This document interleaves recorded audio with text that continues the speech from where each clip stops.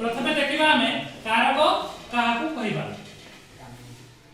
नियमावली देछि देखो वाक्य रे क्रियापद सहित जेउ पदर प्रत्यक्ष संबंध थाए ताहाकू कारक कहाଯାଏ।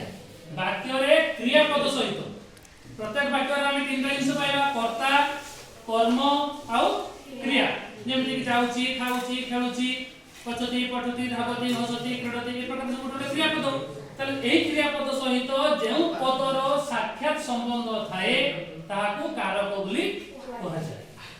क्रियापद सहित प्रत्यक्ष संबंध न थाई अन्य पद सहित संबंध थिले ताहाकू संबंध पद बोली कहाଯାଏ।